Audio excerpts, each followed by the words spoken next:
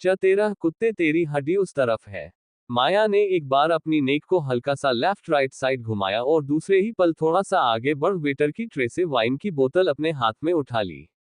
कोई कुछ समझता इससे पहले ही माया ने वो बोतल सीधे कामिनी के सर पर दे मारी। बोतल टूटने की आवाज के साथ कामिनी की चीख आह है पूरे मेंशन में गूंज गई। माया लाल आंखों से कामिनी को देख रही थी, जो अपना सर पकड़े खड़ी थी। उसके दोनों हाथ अपने सर पर थे और उसके सर से लगातार खून बह रहा था। खून उसके मुंह पर लग चुका था। उसका पूरा मुंह खून से भर गया था। बोतल टूटकर नीचे गिर गई और उसके कुछ कांच कामिनी के सर में चुभ गए थे। माया के इस एक्शन से सब एकदम से हैरान रह गए। इधर अभिमान और आरशी तो बर्फ की तरह अपनी जगह जम गए। उन्हें अपनी आंखों पर विश्वास नहीं हो रहा था कि उन्होंने जो अभी अभी देखा क्या वो सच है या फिर उनका कोई सपना। वीरेन और सुमित्रा का भी यही रिएक्शन था। उनके कदम भी अपनी जगह जम चुके थे। टिया झट से सोफे पर से खड़ी हो हैरानी से माया को देख रही थी। अंगद भी सुन हो चुका था। तभी वहां बहुत सारे कैमरे लाइट्स की फ्लैश माया और कामिनी के चेहरे पर पड़ने लगी। पार्टी में मीडिया वाले भी आए हुए थे, जो गार्डन में थे। कामिनी की चीख सुनकर सारे मीडिया वाले घर के अंदर आ गए और सामने का नजारा देख उनकी आंखों में चमक आ गई। कल ये लंदन की सबसे बड़ी न्यूज बनने वाली थी। कामिनी का सर चकराने लगा और वो नीचे गिरने को होती है, पर वो नीचे गिरती उससे पहले ही अंगद तेजी से कामिनी के पास आया और उसे पकड़ आराम से फ्लो पर लेटा दिया। कामिनी की आंखें धीरे धीरे कभी खुल रही थी तो कभी बंद हो रही थी। अंगद ने सामने देखकर चिल्लाते हुए कहा, अरे कोई एम्बुलेंस को फोन करो, जल्दी। बोलकर उसने वापस कामिनी की तरफ देखा जो लगभग बेहोश हो चुकी थी। लगातार कैमरों की लाइट्स चेहरे पर पड़ने से माया को इरिटेशन होने लगी थी। वो चिल्लाकर बोली, अरे बंद करो। यहाँ कोई मूवी का सीन नहीं चल रहा है जो डायरेक्टर की तरह आ गए पिक्चर क्लिक करने। बोलते हुए माया ने गुस्से से मीडिया वालों की तरफ देखा। माया की बात सुनकर मीडिया वालों ने अपने कैमरे नीचे कर लिए।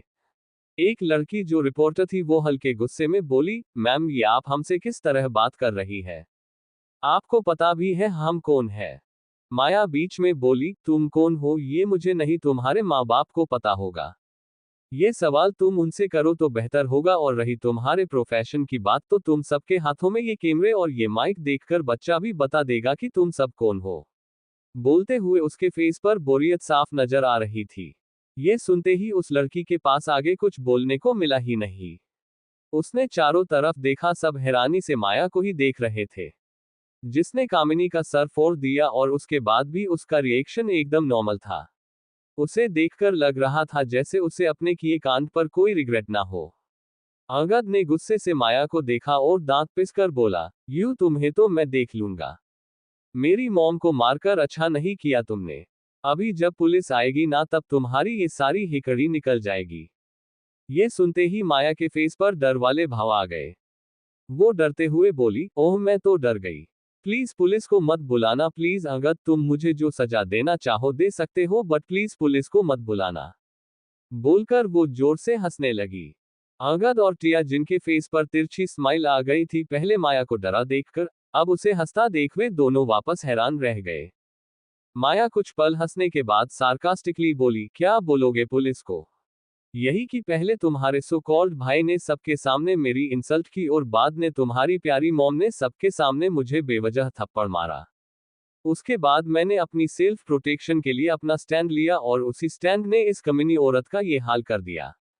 बोलते हुए उसकी नजरें कामिनी पर आकर ठहर गई, जो बेहोश हो चुकी थी।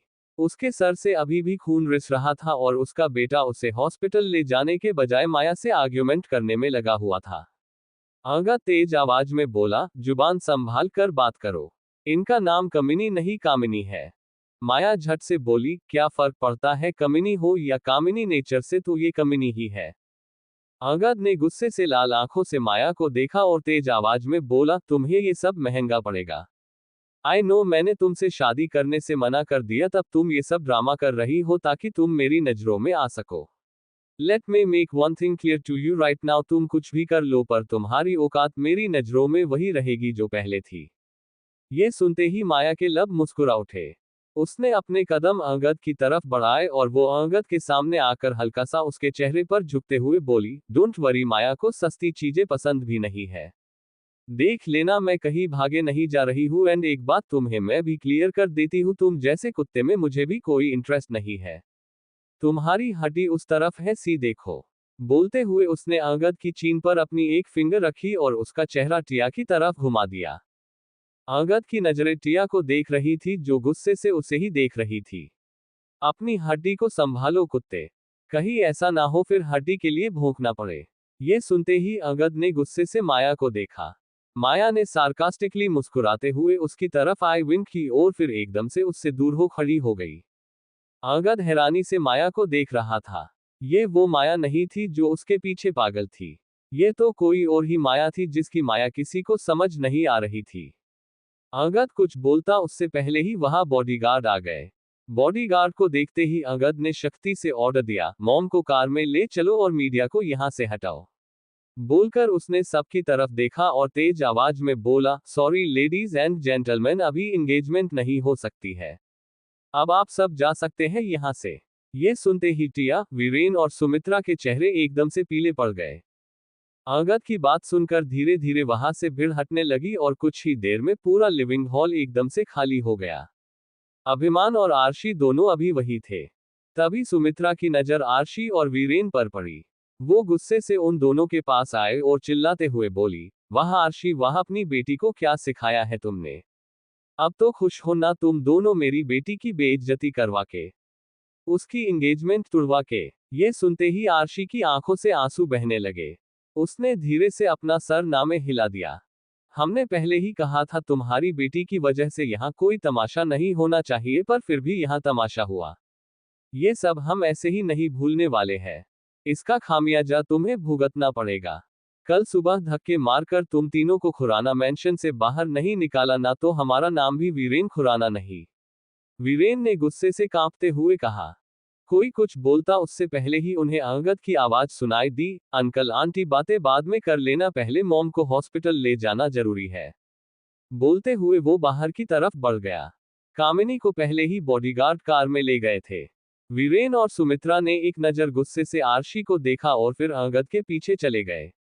टिया भी रोते हुए उन सबके पीछे चली गई। टिया को रोना कामिनी की हालत पर नहीं आ रहा था, अपनी एंगेजमेंट नहीं होने का रोना आ रहा था।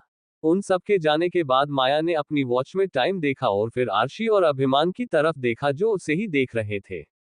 माया उन दोनों के पास आए और बिना किसी भाव के बोली, चले। तभी आरशी रोते हुए बोली, माया क्यों किया तुमने ऐसा? तुम्हें पता भी है तुमने अभी जो किया उसके बाद क्या हो सकता है? माया बीच में बोली, कुछ नहीं होगा, मैं सब देख लूंगी, एंड ये सब कुछ मैंने शुरू नहीं किया था। मैं आपके कहने पर यहाँ आई थी और यहाँ आकर अपनी तारीफों के पुल सुने तो मुझसे भी नहीं रहा गया।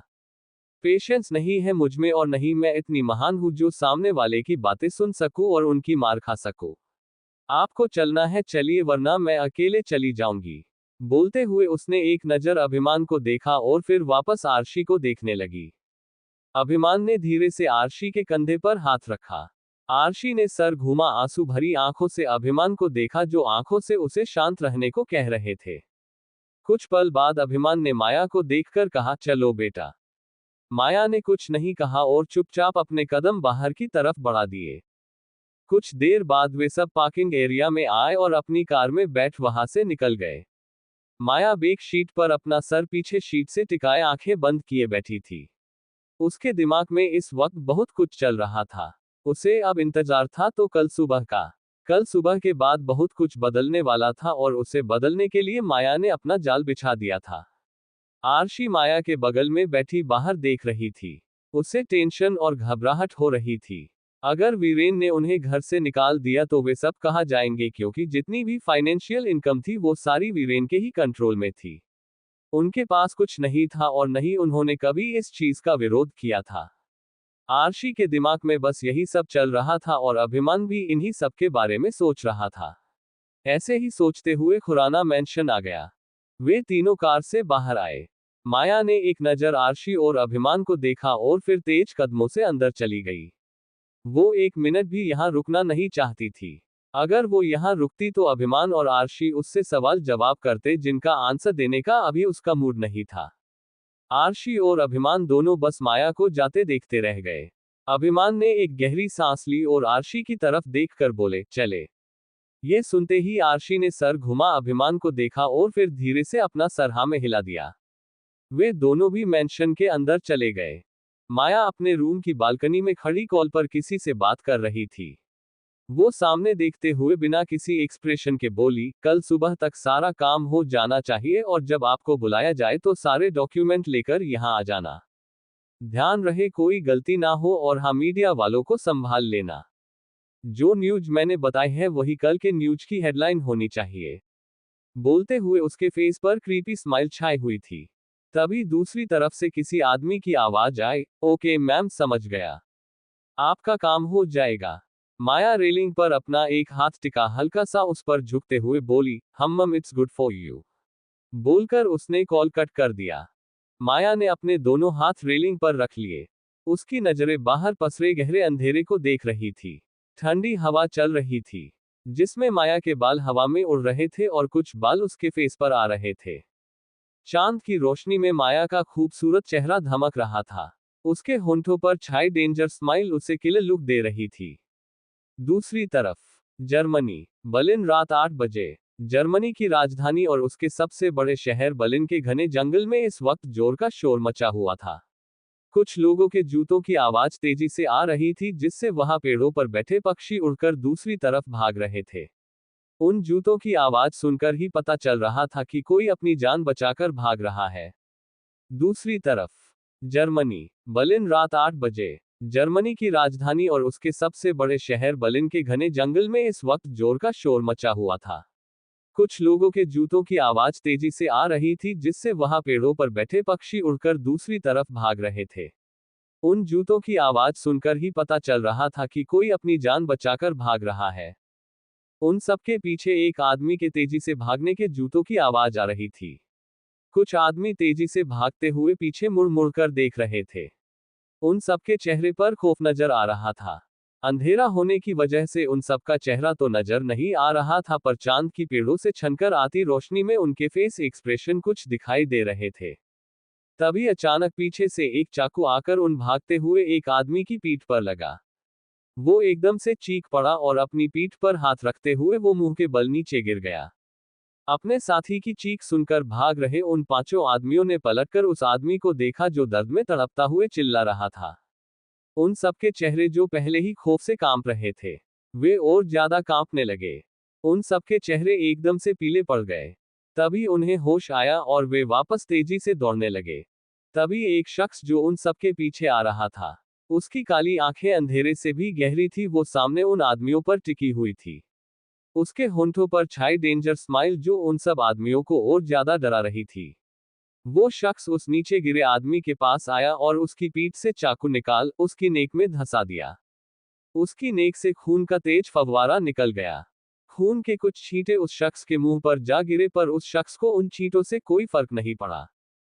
वो आदमी एक तेज चीख के साथ एकदम से शांत हो गया। उसकी सांसें थम चुकी थी। वो मर चुका था। उस आदमी को मरा देख उस शख्स के होंठों पर किलिंग स्माइल आ गई। उसने झटके से चाकू को मरे हुए आदमी की नेक से निकाला और हल्का सा सर टेढ़ा कर उन भागते हुए आदमियों को देखा जो उससे कुछ आगे निकल गए थे।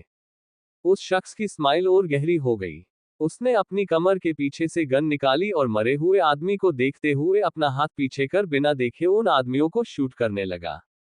उसकी गन से निकली गोली उन भागते हुए आदमियों की पीठ पर जा लगी। वे सब दर्द में चीखते हुए मुंह के बल जमीन पर जा गिरे।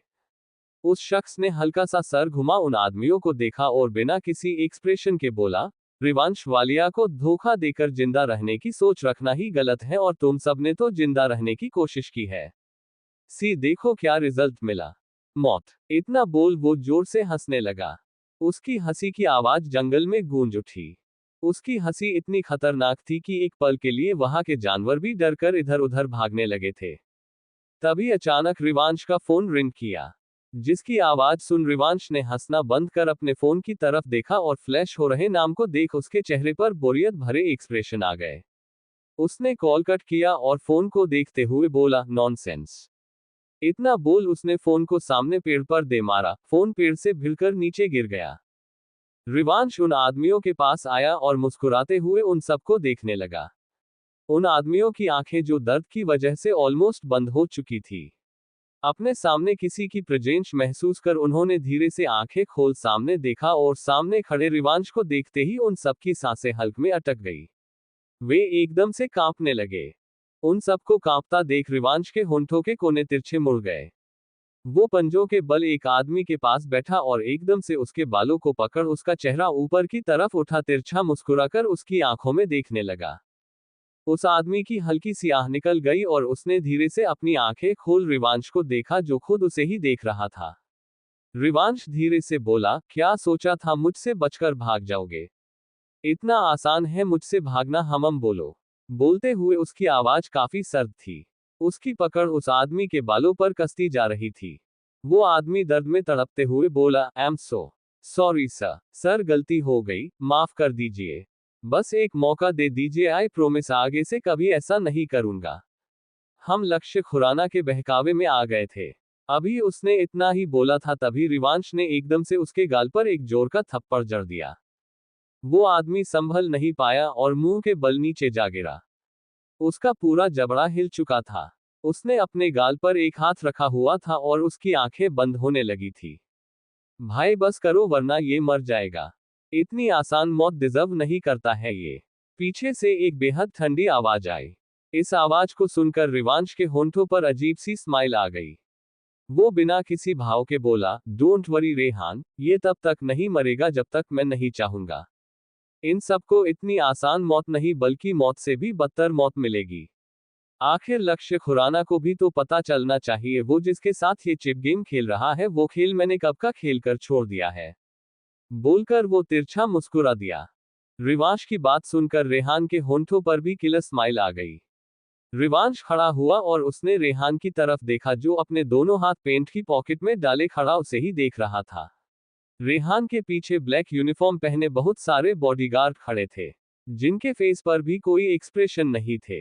रिवांश ऑर्डर देने वाली टोन में बोला, बेसमेंट में ले चलो इन्हें और वहां ले जाकर अच्छे से खातिरदारी करो।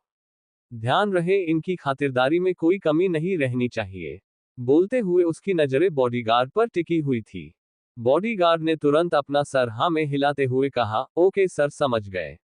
बोलकर वे उन आदमियों के पास आए और उन्हें उठा अपने साथ कार की तरफ ले गए, जो उनसे कुछ दूर सड़क पर खड़ी थी।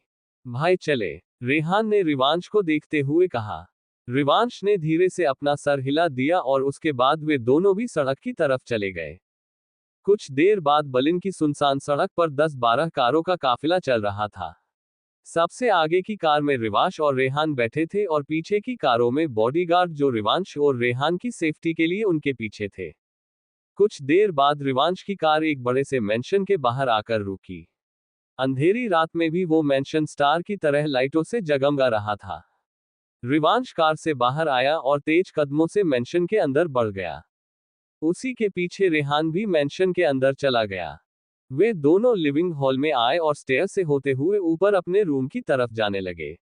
तभी उन्हें पीछे से किसी के चिल्लाने की आवाज सुनाई दी, भाई आज फिर किसे मारकर आए हो आप? यार आपको गॉड ने अर्थ का वेट कम करने के लिए ही अर्थ पर भेजा है क्या? या फिर आप उनसे बाय मिस्टेक बन गए? ये सुनते ही रिवांश के चलते कदम रुक गए। उसने हल्का सा सर टेढ़ा कर सोफे की तरफ देखा जहां 18 साल का एक लड़का बैठा उसे ही देख रहा था। छोटे अपने वर्ड्स को कंट्रोल में रखो वरना कहीं ऐसा ना हो तुम्हारे मुंह से बाय मिस्टेक जुबान गायब हो जाए। बोलकर वो वापस स्टेयर की तरफ जाने लगा। तभी एक बार फिर सोफे पर बैठा लड़का बोला, भाई आप मुझे नहीं डरा सकते हो, वरना मैं आपकी और रेहान भाई की शिकायत दादू से कर दूंगा, उसके बाद आगे जो होगा उसके। अभी उसने इतना ही बोला था तभी वहां गन शॉट की आवाज गूंज आई। रिवांश सामने देखकर स्टेयर चढ़ते हुए सोफे की तरफ अपनी गन चला रहा था। उसकी गन से निकली गोली सोफे पर बैठे लड़के के आसपास सोफे पर लग रही थी। एक गोली सोफे के सामने रखी कॉफी टेबल पर लगी जिससे वो टूटकर उसके कांच वही बिखर गए। वही वो लड़का जो रिवांश और रेहान का सबसे छोटा एंड इनोसेंट भाई अहान था। वो सोफे पर अपने दोनों पैर रखे आंखें बंद किए बैठा जोर से चिल्ला रहा था, आहे बचाओ। इन दुष्ट आदमियों ने बच्चे को मार डाला।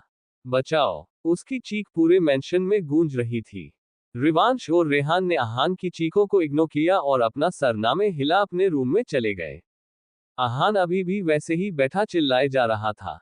उसे कोई मतलब नहीं था कि अब गोलियां नहीं चल रही, उसे बस चिल्लाने से मतलब था, जो कि वो चिल्लाकर मेंशन के सर्वेंट की नींद खराब कर रहा था। इधर रिवांश अपने कमरे में आया और वो सीधा वॉशरूम में चला गया। वो वॉल पर अपने दोनों हाथ टिकाए सर नीचे खड़ा था। वो दिखने में किसी मॉडल से कम नहीं था। सख्त चेहरा, fox shape eyes, brown lips, sharp jawline, silky hair जो इस वक्त उसके फोरहेड पर बिखरे हुए थे। दिखने में इतना हैंडसम, चार्मिंग जिसे शब्दों में बयां नहीं किया जा सकता। उसके आईब्रो पर एक कट का निशान था जो उसके ऑरा को और भी ज्यादा दमदार बन रहा था। रिवांश को सब आरवी कहकर बुलाते थे। ये जर्मनी का ड्रग्स किंग था, जिसका ड्रग्स स्मगलिंग का धंधा था। इसकी खुद की फैक्ट्री में ड्रग्स बनते थे और फिर वे यहां से यूरोप के साथ एशिया के भी कई शहरों में जाते थे। आरवी के बारे में सबको पता था, फिर भी किसी में इतनी हिम्मत नहीं थी कि उससे रोक सके। जिन्होंने भी उसे रोकने की कोशिश की वे आज तक वापस दुनिया में नहीं दिखे। आरवी ड्रग्स किंग के साथ सबसे बड़ा गैंगस्टर भी था, जो बिना देखे भी काफी अच्छे से निशाना लगा लेता था। हॉर्स राइडिंग करना इसका शौक था। इसे काफी अच्छे से हॉर्स राइडिंग करनी आती थी। शावर का पानी आरवी के बालों से होते हुए उसके चेहरे पर गिर रहा था। उसके चेहरे पर लगे खून के धब्बे धीरे धीरे साफ हो रहे थे, जिससे उसका हैंडसम चेहरा सामने आ रहा था। उसके सिक्स पैक एब्स और एड्रोबल पर्सनैलिटी उसे किलर लुक देते थे। आरवी आंखें बंद किए खड़ा था। उसकी बंद आंखों के सामने एक आदमी का चेहरा घूम रहा था। वो अचानक ही बोला, लक्ष्य खुराना। इतना बोल उसके होंठों पर अजीब सी स्माइल आ गई। दूसरी तरफ इधर बलिन के जंगल में बना एक बड़ा सा विला, जो दिखने में बेहद खूबसूरत था। विला जितना खूबसूरत था उतना ही डार्क भी था। उसका कलर थीम ब्लैक था, जो उसे बेहद डरावना बना रहा था। इसी विला के लिविंग हॉल में सामान टूटने फूटने की जोर से आवाजें बाहर तक आ रही थी। अंदर हो रही तोड़फोड़ को सुनकर ही समझ आ रहा था कि अंदर वाला शख्स बेहद गुस्से में है और उसके गुस्से का शिकार निर्जीव वस्तुएं हो रही है। That's for it's today guys, मिलते हैं नेक्स्ट पार्ट में। दूसरी तरफ जर्मनी, बर्लिन रात 8 बजे। जर्मनी की राजधानी और उसके सबसे बड़े शहर बर्लिन के घने जंगल में इस वक्त जोर का शोर मचा हुआ था। कुछ लोगों के जूतों की आवाज तेजी से आ रही थी, जिससे वहां पेड़ों पर बैठे पक्षी उड़कर दूसरी तरफ भाग रहे थे। उन जूतों की आवाज सुनकर ही पता चल रहा था कि कोई अपनी जान बचाकर भाग रहा है। उन सबके पीछे एक आदमी के तेजी से भागने के जूतों की आवाज आ रही थी। कुछ आदमी तेजी से भागते हुए पीछे मुड़ मुड़कर देख रहे थे। उन सबके चेहरे पर खौफ नजर आ रहा था। अंधेरा होने की वजह से उन सबका चेहरा तो नजर नहीं आ रहा था, पर चांद की पेड़ों से छनकर आती रोशनी में उनके फेस एक्सप्रेशन कुछ दिखाई दे रहे थे। तभी अचानक पीछे से एक चाकू आकर उन भागते हुए एक आदमी की पीठ पर लगा। वो एकदम से चीख पड़ा और अपनी पीठ पर हाथ रखते हुए वो मुंह के बल नीचे गिर गया। अपने साथी की चीख सुनकर भाग रहे उन पांचों आदमियों ने पलटकर उस आदमी को देखा, जो दर्द में तड़पता हुए चिल्ला रहा था। उन सबके चेहरे, जो पहले ही खौफ से कांप रहे थे, वे और ज्यादा कांपने लगे। उन सबके चेहरे एकदम से पीले पड़ गए। तभी उन्हें होश आया और वे वापस तेजी से दौड़ने लगे। तभी एक शख्स जो उन सबके पीछे आ रहा था, उसकी काली आंखें अंधेरे से भी गहरी थी, वो सामने उन आदमियों पर टिकी हुई थी। उसके होंठों पर छाई डेंजर स्माइल, जो उन सब आदमियों को और ज्यादा डरा रही थी। वो शख्स उस नीचे गिरे आदमी के पास आया और उसकी पीठ से चाकू निकाल उसकी नेक में धंसा दिया। उसकी नेक से खून का तेज फव्वारा निकल गया। खून के कुछ छींटे उस शख्स के मुंह पर जा गिरे, पर उस शख्स को उन छींटों से कोई फर्क नहीं पड़ा। वो आदमी एक तेज चीख के साथ एकदम से शांत हो गया। उसकी सांसें थम चुकी थी। वो मर चुका था। उस आदमी को मरा देख उस शख्स के होंठों पर किलिंग स्माइल आ गई। उसने झटके से चाकू को मरे हुए आदमी की नेक से निकाला और हल्का सा सर टेढ़ा कर उन भागते हुए आदमियों को देखा, जो उससे कुछ आगे निकल गए थे। उस शख्स की स्माइल और गहरी हो गई। उसने अपनी कमर के पीछे से गन निकाली और मरे हुए आदमी को देखते हुए अपना हाथ पीछे कर बिना देखे उन आदमियों को शूट करने लगा। उसकी गन से निकली गोली उन भागते हुए आदमियों की पीठ पर जा लगी। वे सब दर्द में चीखते हुए मुंह के बल जमीन पर जा गिरे। उस शख्स ने हल्का सा सर घुमा उन आदमियों को देखा और बिना किसी एक्सप्रेशन के बोला, रिवांश वालिया को धोखा देकर जिंदा रहने की सोच रखना ही गलत है और तुम सबने तो जिंदा रहने की कोशिश की है। देखो क्या रिजल्ट मिला। मौत। इतना बोल वो जोर से हंसने लगा। उसकी हंसी की आवाज जंगल में गूंज उठी। उसकी हंसी इतनी खतरनाक थी कि एक पल के लिए वहां के जानवर भी डरकर इधर उधर भागने लगे थे। तभी अचानक रिवांश का फोन रिंग किया। जिसकी आवाज सुन रिवांश ने हंसना बंद कर अपने फोन की तरफ देखा और फ्लैश हो रहे नाम को देख उसके चेहरे पर बोरियत भरे एक्सप्रेशन आ गए। उसने कॉल कट किया और फोन को देखते हुए बोला, नॉनसेंस। इतना बोल उसने फोन को सामने पेड़ पर दे मारा। फोन पेड़ से भिड़कर नीचे गिर गया। रिवांश उन आदमियों के पास आया और मुस्कुराते हुए उन सबको देखने लगा। उन आदमियों की आंखें जो दर्द की वजह से ऑलमोस्ट बंद हो चुकी थी। अपने सामने किसी की प्रेजेंस महसूस कर उन्होंने धीरे से आंखें खोल सामने देखा और सामने खड़े रिवांश को देखते ही उन सबकी सांसें हल्क में अटक गई। वे एकदम से कांपने लगे। उन सबको कांपता देख रिवांश के होंठों के कोने तिरछे मुड़ गए। वो पंजों के बल एक आदमी के पास बैठा और एकदम से उसके बालों को पकड़ उसका चेहरा ऊपर की तरफ उठा तिरछा मुस्कुराकर उसकी आंखों में देखने लगा। उस आदमी की हल्की सी आह निकल गई और उसने धीरे से अपनी आंखें खोल रिवांश को देखा जो खुद उसे ही देख रहा था। रिवांश धीरे से बोला, क्या सोचा था मुझसे बचकर भाग जाओगे? इतना आसान है मुझसे भागना? हम बोलो। बोलते हुए उसकी आवाज काफी सर्द थी। उसकी पकड़ उस आदमी के बालों पर कसती जा रही थी। वो आदमी दर्द में तड़पते हुए बोला, I am so sorry sir. Sir गलती हो गई, माफ कर दीजिए। बस एक मौका दे दीजिए, आई प्रोमिस आगे से कभी ऐसा नहीं करूंगा। हम लक्ष्य खुराना के बहकावे में आ गए थे। अभी उसने इतना ही बोला था तभी रिवांश ने एकदम से उसके गाल पर एक जोर का थप्पड़ जड़ दिया। वो आदमी संभल नहीं पाया और मुंह के बल नीचे जा गिरा। उसका पूरा जबड़ा हिल चुका था। उसने अपने गाल पर एक हाथ रखा हुआ था और उसकी आंखें बंद होने लगी थी। भाई बस करो वरना ये मर जाएगा। इतनी आसान मौत डिजर्व नहीं करता है ये। पीछे से एक बेहद ठंडी आवाज आई। इस आवाज को सुनकर रिवांश के होंठों पर अजीब सी स्माइल आ गई। वो बिना किसी भाव के बोला, डोंट वरी रेहान, ये तब तक नहीं मरेगा जब तक मैं नहीं चाहूंगा। इन सबको इतनी आसान मौत नहीं बल्कि मौत से भी बदतर मौत मिलेगी। आखिर लक्ष्य खुराना को भी तो पता चलना चाहिए, वो जिसके साथ ये चिप गेम खेल रहा है वो खेल मैंने कब का खेल कर छोड़ दिया है। बोलकर वो तिरछा मुस्कुरा दिया। रिवांश की बात सुनकर रेहान के होंठों पर भी किलर स्माइल आ गई। रिवांश खड़ा हुआ और उसने रेहान की तरफ देखा जो अपने दोनों हाथ पेंट की पॉकेट में डाले खड़ा उसे ही देख रहा था। रेहान के पीछे ब्लैक यूनिफॉर्म पहने बहुत सारे बॉडीगार्ड खड़े थे, जिनके फेस पर भी कोई एक्सप्रेशन नहीं थे। रिवांश ऑर्डर देने वाली टोन में बोला, बेसमेंट में ले चलो इन्हें और वहां ले जाकर अच्छे से खातिरदारी करो। ध्यान रहे इनकी खातिरदारी में कोई कमी नहीं रहनी चाहिए। बोलते हुए उसकी नजरें बॉडीगार्ड पर टिकी हुई थी। बॉडीगार्ड ने तुरंत अपना सर हाँ में हिलाते हुए कहा, ओके सर समझ गए। बोलकर वे उन आदमियों के पास आए और उन्हें उठा अपने साथ कार की तरफ ले गए, जो उनसे कुछ दूर सड़क पर खड़ी थी। भाई चले, रेहान ने रिवांश को देखते हुए कहा। रिवांश ने धीरे से अपना सर हिला दिया और उसके बाद वे दोनों भी सड़क की तरफ चले गए। कुछ देर बाद बलिन की सुनसान सड़क पर 10-12 कारों का काफिला चल रहा था। सबसे आगे की कार में रिवांश और रेहान बैठे थे और पीछे की कारों में बॉडीगार्ड जो रिवांश और रेहान की सेफ्टी के लिए उनके पीछे थे।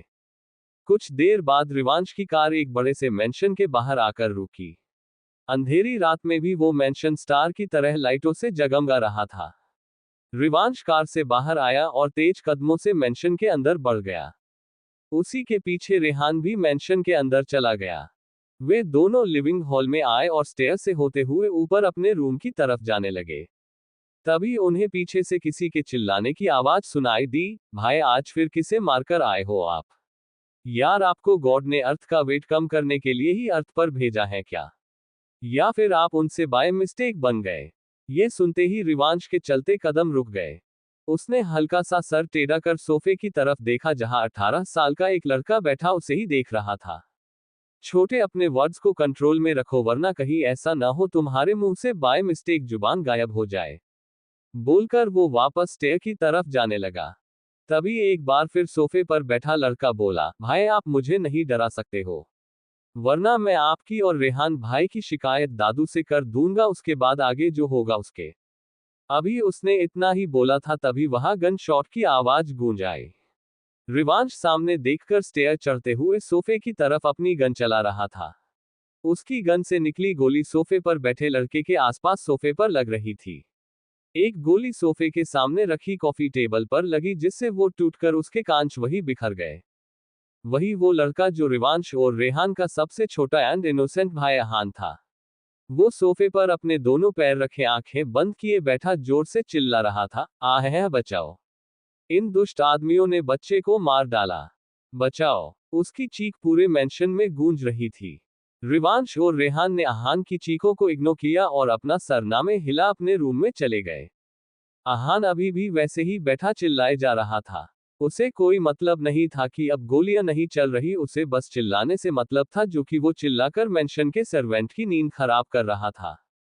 इधर रिवांश अपने कमरे में आया और वो सीधा वॉशरूम में चला गया।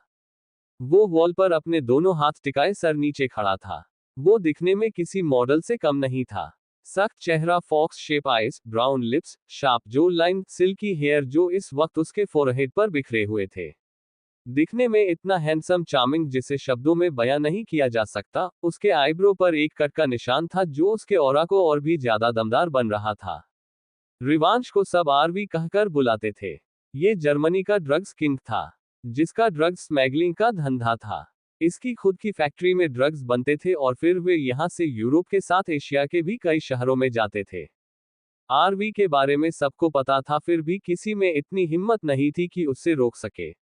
जिन्होंने भी उसे रोकने की कोशिश की वे आज तक वापस दुनिया में नहीं दिखे।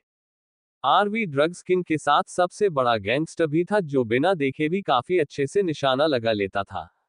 हॉर्स राइडिंग करना इसका शौक था। इसे काफी अच्छे से हॉर्स राइडिंग करनी आती थी। शावर का पानी आरवी के बालों से होते हुए उसके चेहरे पर गिर रहा था। उसके चेहरे पर लगे खून के धब्बे धीरे धीरे साफ हो रहे थे, जिससे उसका हैंडसम चेहरा सामने आ रहा था। उसके सिक्स पैक एब्स और एड्रोबल पर्सनैलिटी उसे किलर लुक देते थे। आरवी आंखें बंद किए खड़ा था। उसकी बंद आंखों के सामने एक आदमी का चेहरा घूम रहा था। वो अचानक ही बोला, लक्ष्य खुराना। इतना बोल उसके होंठों पर अजीब सी स्माइल आ गई। दूसरी तरफ इधर बलिन के जंगल में बना एक बड़ा सा विला, जो दिखने में बेहद खूबसूरत था।